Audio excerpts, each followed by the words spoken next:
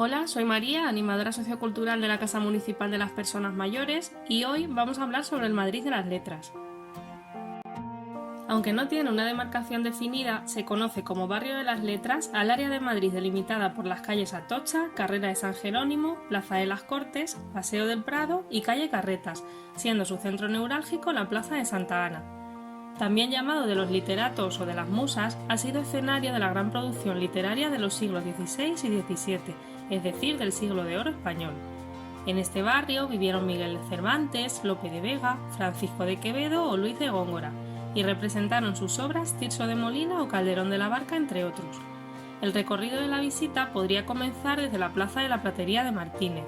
Es una plaza de pequeño tamaño situada frente al Museo del Prado, presidida por una fuente moderna que imita el estilo neoclásico de la antigua fábrica de platería impulsada por Carlos III que se encontraba en este lugar.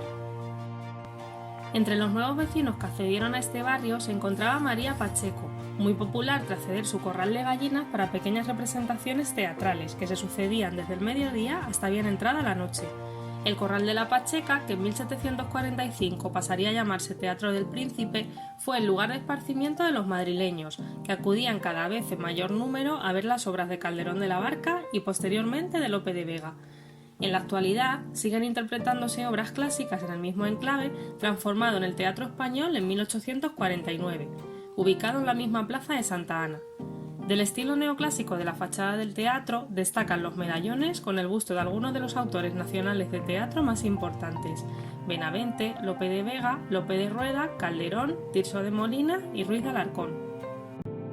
La plaza de Santa Ana debe su origen a José I, quien en 1810, dado su afán por el saneamiento urbano de Madrid, demolió el antiguo convento de las Carmelitas Descalzas y las casas anexas. El solar resultante se ajardinó y comenzó a tomar su fisonomía actual.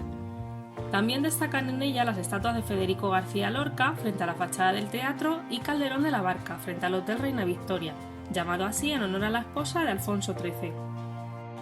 Se ha denominado popularmente el Hotel de los Toreros, ya que muchos diestros durante la Feria de Abril tenían la costumbre de vestirse en sus dependencias antes de acudir a la faena en las ventas. Entre los toreros que habitualmente se preparaban en el hotel antes de partir hacia la plaza, encontramos nombres como el Viti, Antoñete o Joselito. Dicen que Manolete ocupaba siempre la habitación 406 y que en él Luis Miguel Dominguín y Ava Gardner vivieron su apasionado romance. Muy cerca del hotel nos encontramos la Plaza del Ángel, que tomó el nombre por el ángel de la guarda que decoraba uno de sus edificios. En la segunda mitad del siglo XVI, las cofradías de la Pasión y de la Soledad adquirieron un corral grande, situado entre la calle de la Cruz y la plazuela del Ángel. El Corral de Comedias de la Cruz, que llegaría a ser Teatro de la Cruz, fue inaugurado en 1584, casi al mismo tiempo que el ya citado Corral del Príncipe. En la plaza se inauguró el Café Central por primera vez en 1897. Posteriormente se alquila para ventas de obra de arte y en 1968 recupera su condición de café, pasando a ser uno de los locales de jazz en vivo más famosos de Europa. Muy cerca, en la calle del Príncipe, se levanta el Teatro de la Comedia, inaugurado en 1875 por Alfonso XII. En octubre de 2015, después de 13 años cerrado por las obras de rehabilitación, vuelve a abrirse con la representación del alcalde de Zalamea. La Comedia ha vivido estrenos de nuestros mejores clásicos del siglo de oro y de autores como Benavente, Galdós, Los Álvarez Quintero y Moratín. En la esquina de la calle del Príncipe y la calle Huertas nos encontramos el Palacio de Santoña. Este típico palacete madrileño construido en 1730 fue residencia del duque de Santoña y posteriormente de José Canalejas. En 1933 fue adquirido por la Cámara de Comercio y la Industria, que ordenó una completa restauración. La Cámara de Comercio alquila las dependencias del palacio para la celebración de diversos tipos de eventos. La calle que va desde la Plaza de Platería de Martínez hasta la Plaza del Ángel recibe este nombre por las numerosas huertas del Prado que se encontraban en los terrenos vecinos al Prado de los Jerónimos. Bajando por esta calle podemos detenernos a leer algunas piezas de Luis de Góngora, Francisco de Quevedo o Gustavo Adolfo Bécquer, entre otros, que vivieron o trabajaron en estas calles y que han sido reconocidos plasmando algunos fragmentos de sus obras en el solado del barrio. Huertas se ha convertido en el centro favorito de reunión de los turistas y estudiantes extranjeros, por su gran animación nocturna heredada del Madrid del siglo de oro.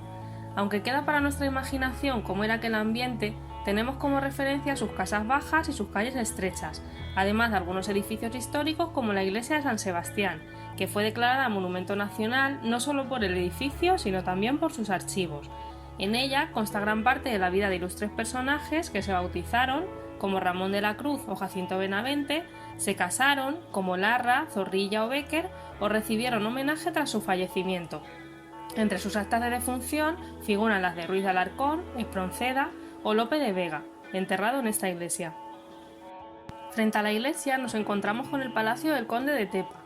En los bajos del edificio se celebró en la segunda mitad del siglo XVIII la tertulia de la Fonda de San Sebastián. Recientemente ha sido convertido en un lujoso hotel. Durante las obras de rehabilitación se realizó la correspondiente intervención arqueológica, gracias a la cual han salido a la luz los espectaculares restos del viaje de agua de la Castellana. Este yacimiento se ha conservado en el nuevo hotel bajo un suelo acristalado sobre el cual podemos caminar y contemplar todos los elementos hallados. Por la calle Huertas llegamos hasta la Plaza Matute, que recibe su nombre del propietario de toda esta zona en el siglo XVI. En el número 5 se encuentra el edificio que acogía la imprenta del periódico El Imparcial y la revista La Ilustración, donde trabajó Gustavo Adolfo Bécquer como director. En la época de Alfonso XII también se encontraba en la plaza el Café El Imparcial, donde actuaban varios cantantes y bailadores famosos y era muy frecuentado por gente de altas clases. En la calle León nos encontramos con la Real Academia de la Historia, creada por Felipe V en 1738. Carlos III ordenó que fuera trasladada a la Casa de la Panadería, donde permaneció hasta 1871, cuando se ordenó su traslado a un edificio en esta calle del León, conocida como la Casa del Nuevo Rezado y donde todavía permanece. La Casa del Nuevo Rezado había sido construida por Juan de Villanueva. El nombre de la casa proviene porque su función era la de depósito de los llamados libros de rezo diario, cuyo privilegio de venta tenían los monjes del monasterio de San Lorenzo del Escorial. Por eso hay una parrilla esculpida encima de la portada que no es otra cosa que el símbolo de este monasterio. Fue declarada Monumento Nacional en 1945. Pasado el cruce con la calle León, nos encontramos con uno de los mentideros de Madrid, el mentidero de los comediantes o representantes, donde era habitual encontrarse con personas intelectuales, actores, escritores y en definitiva gente ligada con la literatura y el mundo del espectáculo. Además, también se reunían aquí la gente que venía a Madrid. Los mentideros era el lugar en el que se intercambiaban rumores, opiniones, informaciones. En ellos abundaban los chismes, es decir, las especulaciones o dichos de los madrileños. Como algunos dicen, era el sálvame de la época. Madrid contaba entonces con otros dos mentideros. El de Losas de Palacio estaba situado delante del Real Alcázar, es decir, delante de lo que hoy es el Palacio Real. Muchas personas se acercaban a este lugar para ver de cerca a los reyes cuando entraban o salían. El de las gradas de San Felipe, bien definido en ala triste, se encontraba en las escaleras de la iglesia de San Felipe, en la Puerta del Sol. Era un lugar ideal para contemplar el desarrollo de la vida madrileña. Entre la calle Huertas y la antigua calle Cantarranas, hoy calle Lope de Vega, se encuentra el convento de las Trinitarias, conocido también como el monasterio de San Ildefonso y San Juan de la Mata. Fue fundado inicialmente en 1612 en torno a una modesta iglesia donde fue enterrado el escritor Miguel de Cervantes en 1616. La iglesia tiene planta de cruz latina de una sola nave. En su interior se conserva un gran retablo barroco. El convento a su vez dispone de patio, claustro y celdas. El conjunto fue reformado en años posteriores, pero siempre ha mantenido su fachada sobria. Desde 2015, tras ser encontrados los restos de Miguel de Cervantes, estos descansan en un monumento erigido en su honor que puede visitarse en el interior de la iglesia. El autor del Quijote compartió 1000 veces escenario con su gran y joven rival Lope de Vega. Ambos formaban las dos caras de una moneda. Lope era un dramaturgo de éxito, adinerado, amado por el pueblo y por las mujeres. Cervantes era un novelista poco reconocido y sin dinero. Tan paralela discurrió su vida que además de vivir separados solo por unos metros, se dice que compartieron amante y compartieron también devoción por el convento de las Trinitarias, donde además se encontraban ordenadas sus hijas.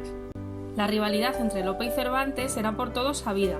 Era público que se intercambiaban pullas y malintencionadas muestras de respeto en sus escritos. A pesar de todo, Cervantes y Lope hablaban y se veían continuamente en las tertulias, en la congregación y sobre todo en la calle. Cervantes habitó en Madrid en distintas zonas y murió en esta casa de la calle del León, esquina con la calle de Francos, que hoy es llamada calle Cervantes. Muy cerca, en la misma calle, vivía su enemigo Lope de Vega, desde donde partió el cortejo fúnebre seguido por todos los madrileños hacia la iglesia de San Sebastián donde está enterrado, desviando el camino hacia el convento de las Trinitarias para que su hija Sor Marcela, detrás de las rejas de una de las puertas, diera el último adiós a su padre. La casa museo de Lope de Vega se encuentra en el número 11 de la calle de Cervantes y fue construida en el siglo XVI. Adquirió el inmueble en 1610 y vivió en él hasta su muerte en 1635. En 1935, cuando se cumplían 300 años de la muerte de Lope, el edificio fue declarado monumento y se inauguró como museo. Se recrearon así las antiguas dependencias, incluidos el estudio, el oratorio que el escritor preparó poco antes de su ordenación religiosa y el huerto trasero, mi huertecillo, tal y como él solía llamarlo. Algunos de los muebles e imágenes que actualmente ocupan las estancias de la casa, hoy transformada en museo, pertenecieron realmente al escritor, ya que pudieron ser recuperados del convento al que habían sido donados por una hija de Lope de Vega. El equipamiento de la casa incorpora obras de arte, mobiliario, enseres y ediciones bibliográficas vinculadas al literato y su tiempo. La recreación de ambientes cuyo objetivo es que se respire la presencia de Lope evoca la vida cotidiana del siglo de oro. En la calle Lope de Vega encontramos la iglesia del Cristo de Medinaceli, durante mucho tiempo venerada por las actrices de la época que llenaban de falsos devotos masculinos la iglesia de Jesús.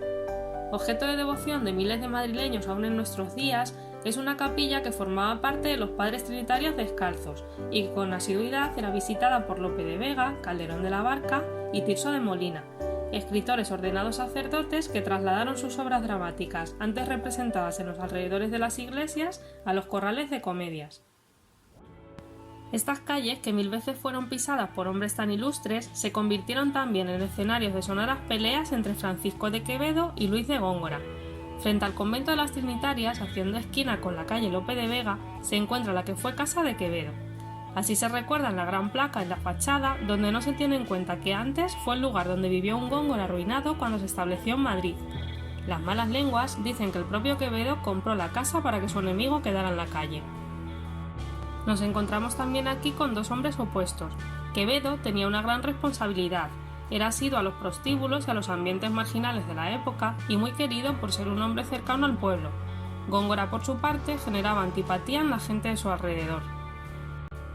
En 1586 se abrió en Madrid, en la calle Atocha, lugar que acoge hoy la Sociedad Cervantina, la imprenta de Pedro de Madrigal, y tras su fallecimiento, su viuda continuó con la empresa, pero regentada por el impresor Juan de la Cuesta, quien publicó a principios de 1605 la primera edición del ingenioso hidalgo Don Quijote de la Mancha, la obra cumbre de las letras españolas. Este taller se trasladó en 1609 a la cercana calle de San Eugenio, esquina a la calle Santa Isabel, y allí, en 1615, se imprimió la segunda parte del Quijote, como atestigua una placa colocada en 1905 para conmemorar el tercer centenario de la publicación de la obra de Miguel de Cervantes. Podríamos situar el final del barrio en el Paseo del Prado y la Plaza de las Cortes, que era antiguamente un punto de entrada a la capital, donde se encuentra el Congreso de los Diputados, una estatua de Miguel de Cervantes, de la que hablaremos en otro vídeo, y los hoteles Villarreal y Palas. En el edificio Plus Ultra podemos ver un reloj con carrillón, que realiza un pequeño espectáculo musical con muñecos que representan a Carlos III, a la duquesa de Alba junto a su caniche, a Goya, una manola y el torero Pedro Romero. Los 5, vestidos según los cuadros de Goya, llevan desde 1993 saludando al menos 2 veces al día a todo aquel que se coloque a los pies del balcón.